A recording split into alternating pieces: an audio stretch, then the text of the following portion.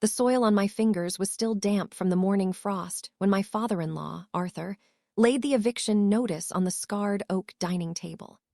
My husband, Kenneth, had been buried exactly 12 days ago, and his family was already scrubbing my presence from the homestead like a stubborn grease stain.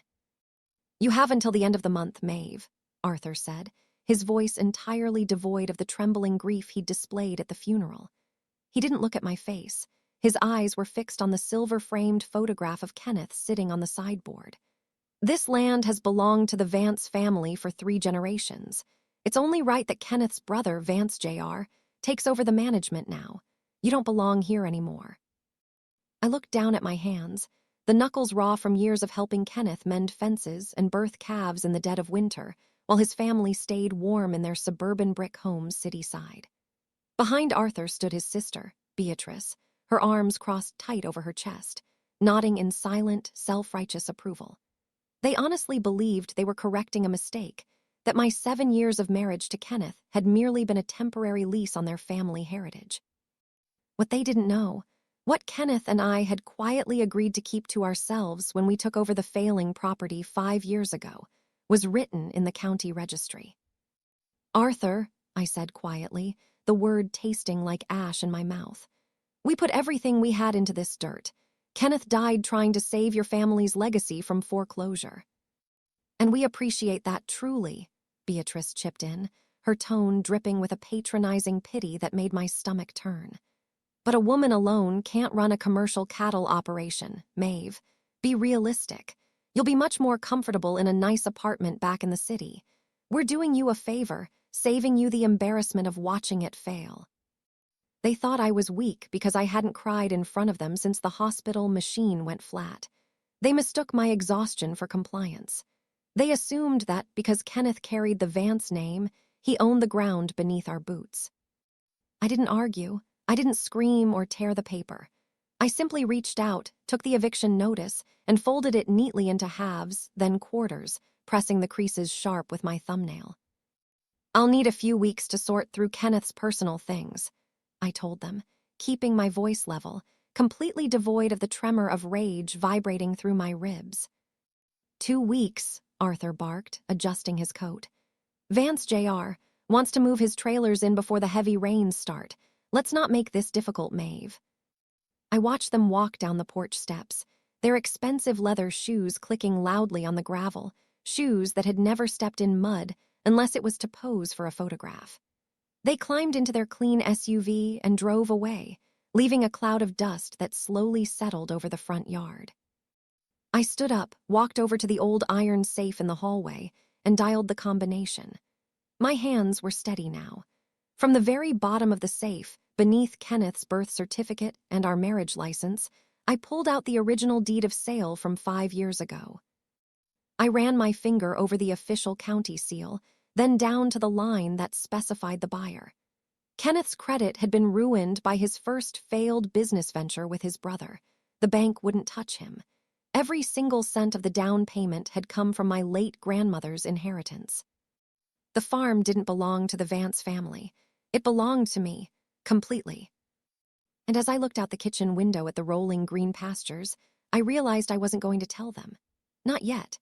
I was going to let them spend the next 2 weeks planning their grand takeover, watching them celebrate my ruin, until the trap they built for me snapped shut on themselves. The next morning, the silence in the house was heavy, broken only by the rhythmic ticking of the grandfather clock in the hallway. I sat at the kitchen island, a mug of black coffee growing cold between my hands. Through the window, I could see the rusted red barn and the long line of cedar trees Kenneth and I had planted during our first spring here. At 9 o'clock sharp, the sound of a roaring diesel engine shattered the quiet. I stood by the window as a heavy-duty pickup truck pulled into the driveway, towing a massive flatbed trailer loaded with commercial grading equipment. It was Vance Jr. He didn't knock on the front door. Instead, he slammed his truck door, walked straight to the equipment shed, and began tossing Kenneth's handmade wooden toolboxes into the dirt to clear space for his own gear. I walked out onto the porch, pulling my canvas jacket tight against the bitter wind. "Vance," I called out, my voice carrying across the yard. "The month isn't over. I told your father I needed 2 weeks." Vance Jr. paused, wiping grease from his hands onto a rag. He inherited Arthur's heavy jawline and the same arrogant entitlement that made him believe the world owed him a living. He looked at me with a smirk that didn't reach his cold eyes. "Just getting a head start, Maeve," he said, stepping out of the shed. "Dad said you were packing. Figure there's no point in letting the weather ruin my schedule just because you're lingering. Besides, you won't have any use for these tools in a city apartment." He kicked one of Kenneth's old steel wrenches aside. It hit the gravel with a dull, sickening clang. That wrench had been a gift from Kenneth's grandfather, the only member of the Vance family who had actually built something with his hands. "Those belong to Kenneth," I said, my voice dropping an octave, tight and dangerous. "Kenneth is gone," Vance Jr. replied flatly, stepping closer. "And everything on this property belongs to the family now. It's time to face reality, Maeve. You were just the wife. You didn't inherit the legacy." He turned his back on me, signaling the conversation was over, and shouted to one of his hired hands to start unloading the trailer. My chest burned, but I didn't yell. I didn't lose my temper. Instead, I took a deep breath of the cold air, feeling a strange, icy clarity wash over me. I walked back inside, closed the door quietly, and picked up the kitchen phone. I called Mr. Abernathy, the elderly real estate attorney who had handled the property transfer 5 years ago. He had been a friend of my grandmother's, a man who respected contracts far more than family names. "Maeve, my dear," Mr. Abernathy's raspy voice came through the line. "I was so sorry to hear about Kenneth. How are you holding up?" "I'm managing, Mr. Abernathy," I said, staring out the window at Vance Jr., backing his tractor into our shed. "But I need a favor. I need you to pull the certified deed and title for the homestead, along with the financial records of the down payment from my grandmother's estate. And I need them printed, sealed, and ready by next Friday." There was a long pause on the other end. "Are they causing trouble, Maeve?" "They've given me an eviction notice," I said quietly. I heard the old lawyer catch his breath. "They did what? Arthur knows the financial structure of that purchase, surely." "No," I replied, a small, humorless smile finally touching my lips. "Kenneth never told them. He was too proud to admit his family wouldn't help him, and too ashamed to let them know my money saved the land. They think they're taking back what's theirs." "God rest his soul, but that boy's pride was always a liability," Abernathy sighed. "What do you want to do, Maeve? I can send a cease and desist today. We can stop this before they set foot in the house." "No," I said, watching Vance Jr. walk toward the barn with a padlock in his hand. "Let them build their castle. I want them to see exactly how high they can climb before the ground disappears beneath them." By Monday, the Vance family had turned my grief into a spectator sport. Beatrice arrived at noon, bringing 3 cardboard moving boxes and a plastic container of potato salad that felt more like an insult than an offering. She didn't ask to come in. She simply pushed past me, her floral perfume aggressively masking the scent of the wood smoke and lavender I'd cultivated in the kitchen. "I thought we could start with the china cabinet," Beatrice said cheerfully, tapping open a box with a loud, aggressive SHHK of plastic tape. "The crystal was Kenneth's grandmother.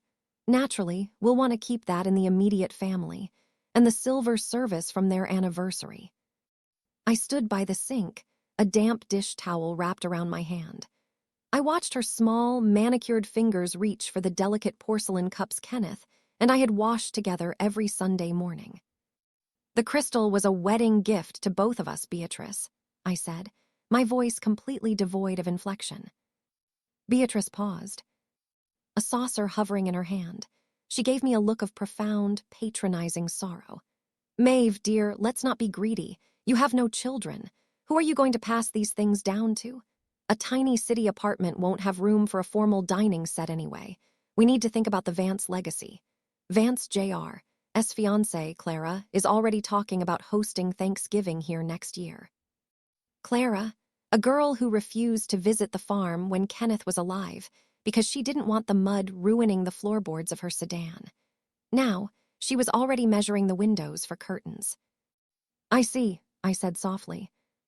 "It's for the best," Beatrice continued, packing the saucers with tight, efficient movements. Arthur is already talking to the contractors about tearing down that old chicken coop you insisted on building. It's an eyesore. We're going to put in a proper paved turnaround for the trucks. Every word was a calculated strike against the life Kenneth and I had built from nothing. They weren't just taking the property. They were systematically erasing every boundary, every choice, and every drop of sweat I had poured into this soil. They wanted me to leave feeling small, discarded, and entirely forgotten. I walked out of the kitchen without another word, leaving her to her boxes. I went out to the barn, where the air was cold and smelled of sweet hay. Vance Jr. was there, standing with a surveyor, pointing at the boundary lines near the creek. "We'll run the new fencing all the way down to the old willow," Vance Jr. was saying, his voice booming with a newfound authority. "Clear out the brush. Dad's already transferring the funds from his retirement account to buy the new John Deere tractor. We're putting $50,000 into upgrading the irrigation before winter hits." The surveyor nodded, making notes on a clipboard. I leaned against the weathered barn door, feeling the rough wood bite into my shoulder blades. $50,000. Arthur was preparing to liquidate a massive chunk of his life savings to fund his golden boys' farming fantasy, completely convinced that the foundation belonged to them. "Vance," I called out, stepping into the light. He turned, squinting against the sun. "Yeah, Maeve, look, if you're gonna complain about the noise." "No," I interrupted, offering a tight, compliant nod. "I just wanted to let you know I've scheduled the movers for next Friday morning. I'll be completely out of the house by noon." Vance Jr.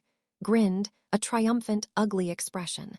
"Smart move, Maeve. No sense in dragging out the inevitable." "No sense at all," I agreed, feeling the weight of the certified documents waiting in Mr. Abernathy's office like a loaded shotgun in my hands.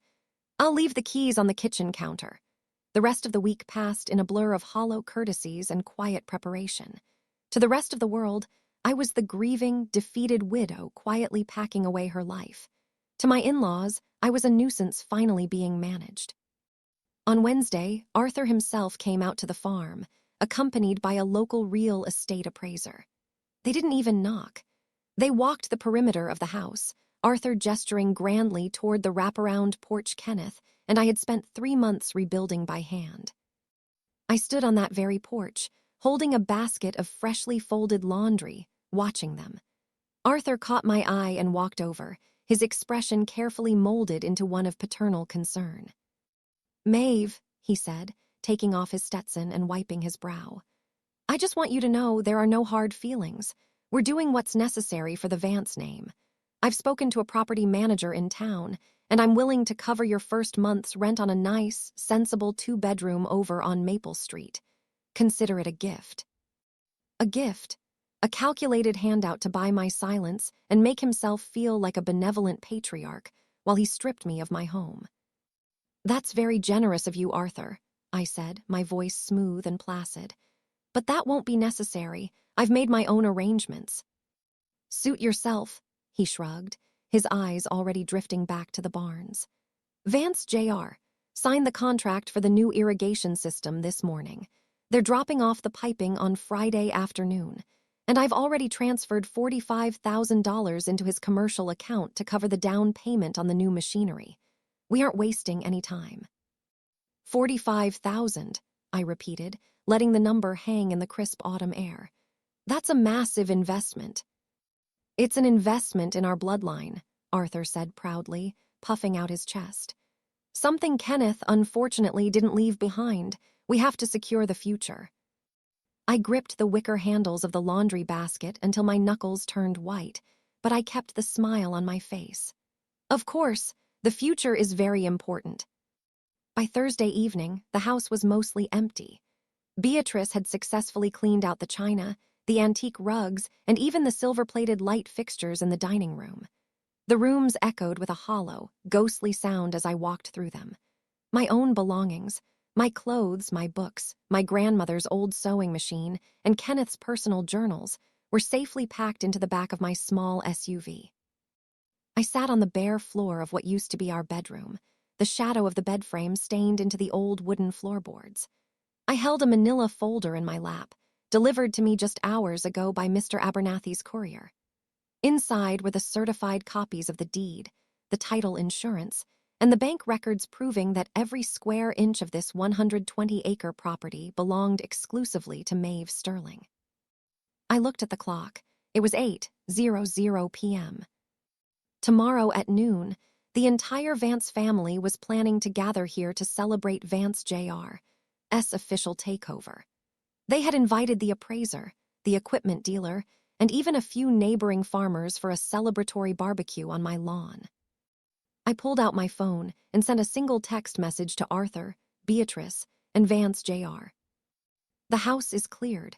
Please ensure everyone is at the main house tomorrow at 11:30 a.m. so we can finalize the transition. I have something to give you before I leave. Arthur's reply came almost instantly. Good, we will be there. Glad you're being sensible, Maeve. I leaned my head against the wall and closed my eyes, listening to the wind howl through the eaves of the house I owned. They thought tomorrow was the beginning of their dynasty. They had no idea it was the day the bill came due. Friday morning arrived with an unseasonably bright sky and a sharp, biting cold. By 11 o'clock, the graveled driveway was choked with vehicles.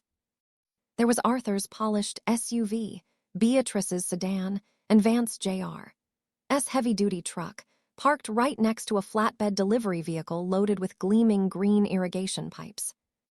I stood in the center of the empty living room, the bare floorboards reflecting the harsh sunlight. I could hear their voices outside, laughter, the clinking of bottles, the loud, boisterous declarations of Vance Jr., explaining exactly how he was going to revolutionize the property. They hadn't even waited for me to hand over the keys before they started celebrating their inheritance. The heavy front door swung open, and Arthur stepped inside, followed closely by Beatrice, Vance Jr., and his fiancée, Clara. They entered like conquistadors stepping onto newly conquered land, their eyes scanning the bare walls with open satisfaction. "Well, Maeve," Arthur said, tossing a fresh brass padlock onto the kitchen counter. "You're a woman of your word. The place is clean. I appreciate you not making a scene out of this." Beatrice stepped forward, holding out a small, printed envelope. "Here's the address of that apartment complex on Maple Street, dear. I took the liberty of calling the landlord for you. He's expecting you this afternoon." I didn't take the envelope. I stayed right where I was, my arms folded across my chest, watching Clara run her acrylic nails along the window sill, already murmuring about paint swatches. "Thank you, Beatrice," I said quietly, "but I won't be needing an apartment." Vance Jr. chuckled, leaning against the doorframe. "Don't tell me you're gonna sleep in your car, Maeve. Come on, don't be dramatic. We gave you 2 weeks. "I'm not being dramatic, Vance," I said, my voice dropping into a deadly, calm register that made Arthur pause, his smile faltering slightly. I reached into my canvas jacket and pulled out the thick manila folder Mr. Abernathy had prepared for me. "Before I leave," I continued, looking directly into Arthur's eyes, "I wanted to hand over the official paperwork for the property. I know how important documentation is to the Vance legacy." Arthur smirked, stepping forward to take the folder. "Glad you see it our way. No hard feelings." He opened the flap, pulling out the heavy, cream-colored paper with the gold county seal, pressed firmly into the bottom corner.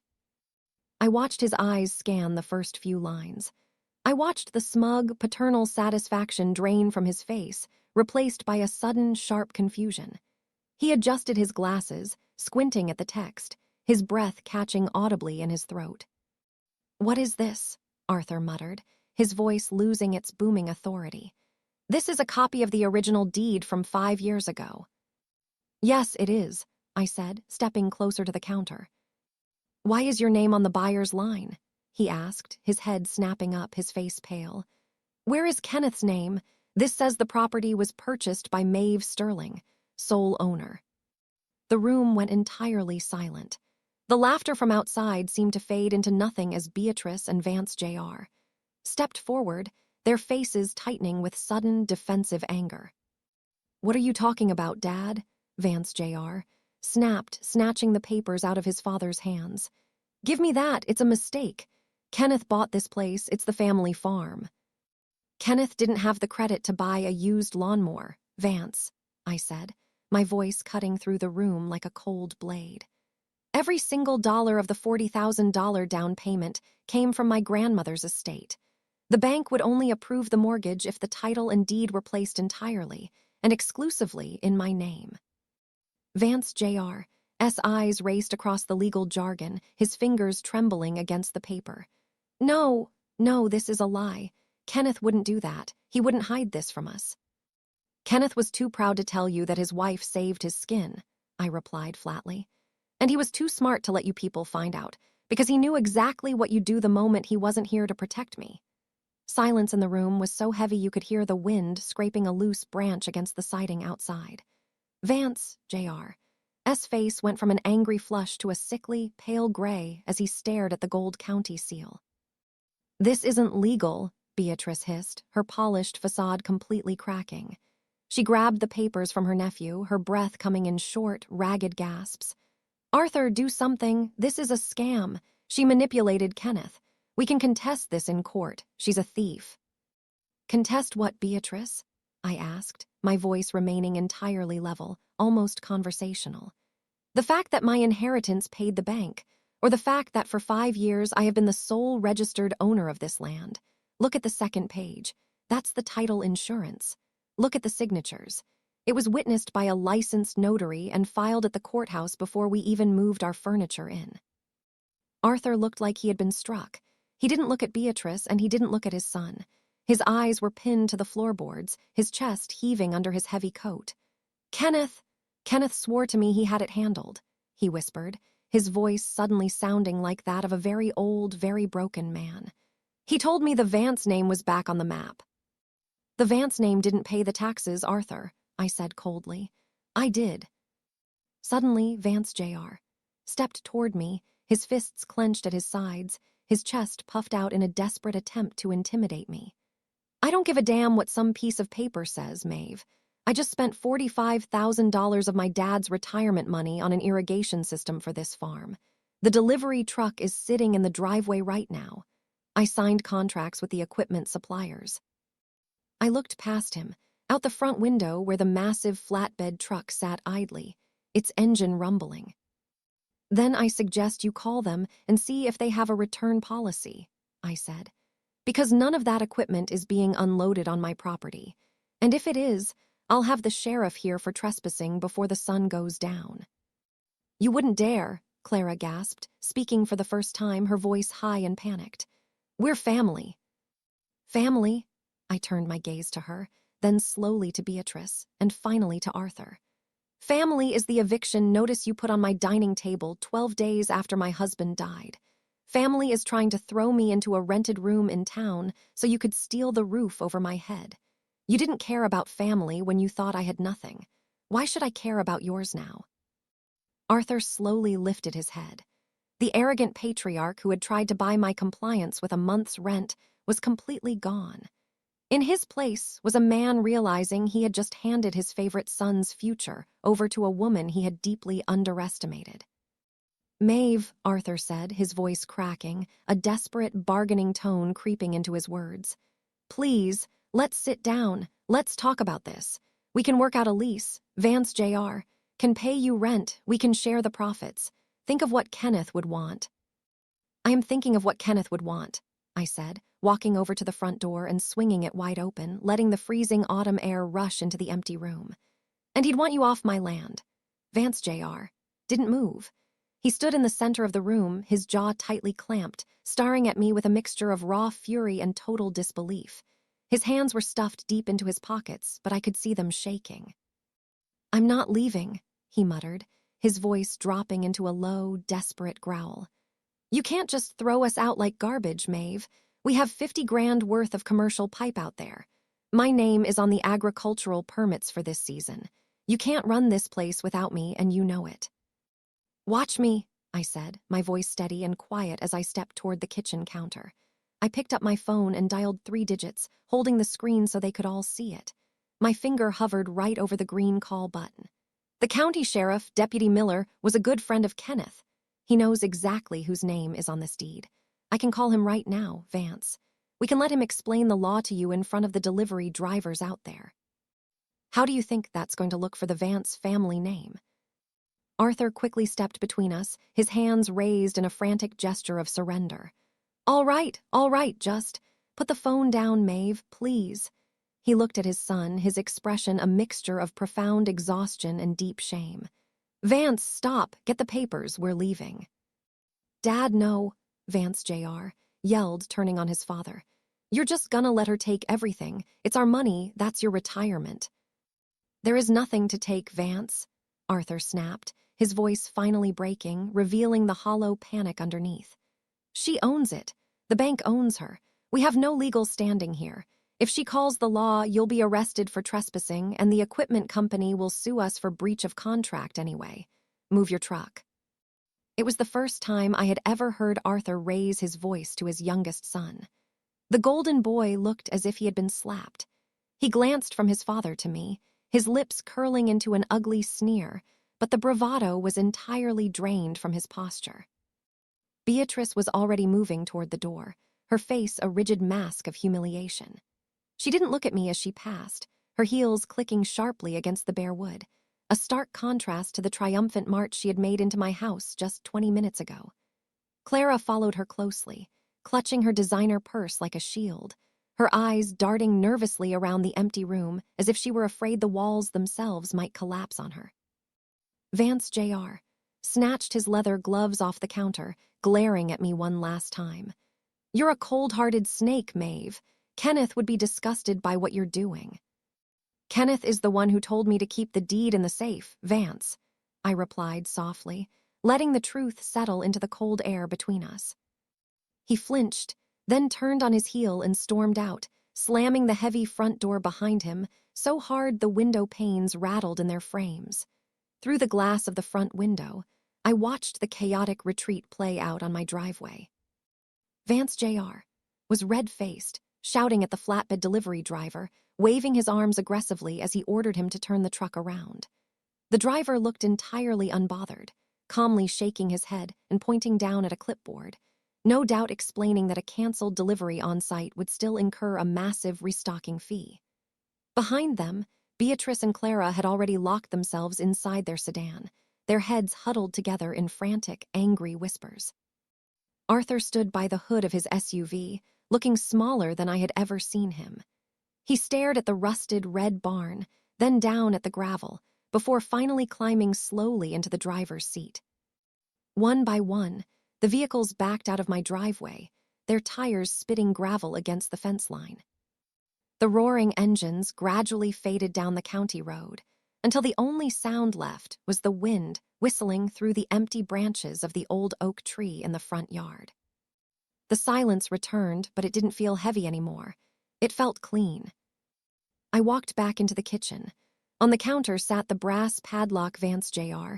had thrown down so confidently when he arrived. I picked it up, feeling the heavy, cold weight of the metal in my palm. It was supposed to be the lock that sealed me out of my own life. Instead, I carried it out to the front porch. I stood on the top step, breathing in the sharp, crisp autumn air. For the past 12 days, every breath had felt like a struggle against a suffocating weight. I had felt like a ghost drifting through a home that was being systematically dismantled around me. But standing there, looking out over the rolling green pastures that stretched down to the creek, the ground beneath my boots finally felt solid. They had stripped the house bare. They had taken the crystal, the silver, and the light fixtures, believing that by taking the objects, they were taking the worth of this place. But they hadn't taken the soil. They hadn't taken the 5 years of sweat, the late nights in the barn, or the quiet resilience it took to keep this land alive. I walked down the steps and made my way to the equipment shed. I picked up the wooden toolboxes Vance Jr. had carelessly tossed into the dirt, wiping the dust from their lids, and placed them carefully back onto the workbench where they belonged. I had a long winter ahead of me. There were fences to mend, a commercial cattle operation to manage on my own, and bills that would soon bear only my name. The Vance family would undoubtedly spend the coming months spreading bitter rumors in town, nursing their financial wounds and painting me as the villain of their story. But as I looked out at the horizon, I realized their opinions didn't carry any weight here. The land didn't care about their name, their pride, or their anger. The land only responded to the hands that worked it. I reached into my pocket, pulled out my phone, and deleted the contact numbers for Arthur, Beatrice, and Vance Jr., then turned it off entirely. I walked back toward the house, stepping through the front door, and locked it behind me. For the first time since Kenneth died, I was completely alone, and for the first time I was completely free. The evening sun began to drop behind the ridge, casting long, violet shadows across the empty living room. I pulled a wooden kitchen chair, the one piece of furniture they hadn't managed to fit into their boxes, over to the window and sat down. The house was cold, but I didn't mind the chill. I sat there in the quiet as the twilight deepened, watching the sky turn from deep orange to a soft, dark, bruised purple. My hands rested in my lap, no longer trembling, no longer clenched in defense. For months, my identity had been tied up in being Kenneth's wife, then Kenneth's widow, and finally, the obstacle in the Vance family's way. But as the first stars began to pierce through the clear night sky, those labels drifted away like the dust his family had kicked up in my driveway. I was just Maeve, and this was my home. Tomorrow, I would call the local co-op to sort out the winter feed schedules. Tomorrow, I would meet with Mr. Abernathy to ensure the finality of my boundaries. But tonight, I simply listened to the old house settle, its timber groaning softly in the evening cold, welcoming the silence. I had lost the man I loved, and I had faced the wolves he left behind. They had tried to bury me in the dark, never realizing that I was like the seed we planted in the spring, built to endure the winter, ready to grow in the dirt they thought they could take from me. I closed my eyes and took one last deep breath of the quiet night air. The storm had passed. The ground was mine, and I was finally at peace. The following morning, the sun broke sharply across the ridge, flooding the empty house with raw, pale light. I woke up on the small camping cot I'd set up in the corner of the master bedroom, the cold biting at my cheeks. There was no smell of coffee brewing, no sound of Kenneth's boots clicking across the floorboards, just the vast, echoing stillness of a clean slate. I pulled on my thickest wool socks and walked down the hallway, my footsteps sounding loud and deliberate against the bare pine. When I reached the kitchen, I noticed something sitting on the gravel just outside the back door. I unlocked the deadbolt and stepped out into the crisp air. There, resting on the bottom step of the porch, was a single, battered metal toolbox. It was Kenneth's favorite, the one with his initials carved into the handle, filled with the old specialty fencing pliers his grandfather had given him. Vance Jr. must have dropped it from his truck bed during his frantic, humiliated retreat the day before.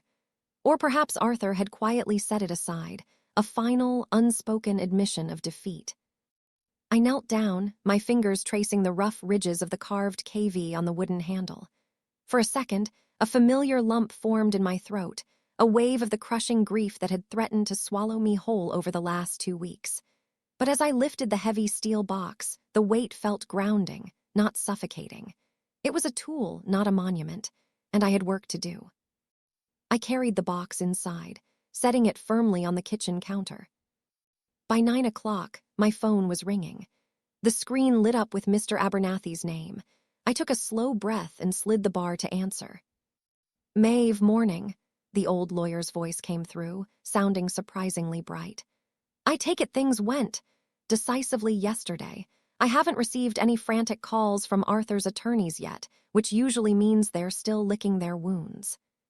"They left, Mr. Abernathy," I said, leaning against the counter and looking out at the frost-covered pastures. "Vance Jr. took his equipment with him. They know where they stand." "Good," Abernathy said, his tone shifting into something more serious, professional. "But don't let your guard down just yet. Arthur is a proud man, and his son is reckless. I've already filed a formal notice of absolute ownership with the county clerk this morning, just to lock down the paperwork. But Maeve, you're a woman alone on 120 acres with winter coming. Are you sure you don't want to list the property? You could sell now, take the equity, and live very comfortably anywhere you want." I looked out the window. A lone hawk was circling over the southern timberline, hunting in the high grass. 5 years ago, I had watched Kenneth break his back trying to keep this place from collapsing under the weight of his family's expectations. I had bled for this dirt, too. "No," I told him, my voice completely firm. "I'm not selling. It's going to be hard work, my dear." "I know," I said softly, looking down at the calluses on my palms. "But it's my work." After I hung up, I put on my canvas coat and walked down to the main cattle pens. The herd was gathered near the automated feeders, their heavy breaths turning to steam in the freezing morning air. As I approached the fence, the old black Angus matriarch, the one Kenneth and I had nursed through a brutal case of hoof rot 2 winters ago, walked up to the top rail, nudging my gloved hand for cubes. I leaned against the cedar post, looking out toward the main road. In the distance, I saw a cloud of dust rising. My heart skipped a beat, my muscles instantly tightening as I braced myself for the Vance family's return, half expecting Arthur or his son to come back for one final, desperate confrontation. But as the vehicle drew closer, I realized it wasn't a sleek SUV or a heavy-duty pickup. It was a rusted, faded blue flatbed truck belonging to Silas, the elderly neighbor who ran the alfalfa farm down the road. He pulled up to the gate, letting the engine idle with a loud, rhythmic sputter. Silas was a man of few words, a lifelong farmer who had known Kenneth's grandfather before the family name became synonymous with suburban pretense. He rolled down his window, leaning a flannel-clad elbow on the door. "Morning, Maeve," he barked, his voice rough from decades of outdoor smoke. He looked past me toward the empty driveway, then back to my face, his eyes sharp and observant. "Saw the circus leaving your place yesterday. Word travels fast in the valley." I kept my hands in my pockets, matching his guarded posture. "Morning, Silas. Yes, we had some things to settle." Silas nodded slowly, chewing on a piece of hay. He didn't ask for details, and he didn't offer empty condolences. Instead, he pointed a thumb toward the back of his flatbed, which was loaded down with 6 massive, tightly bound round bales of premium winter hay. "Heard Vance Jr. canceled his feed order at the co-op yesterday afternoon." Silas said flatly, "Figured your steers still need to eat, regardless of who's holding the checkbook.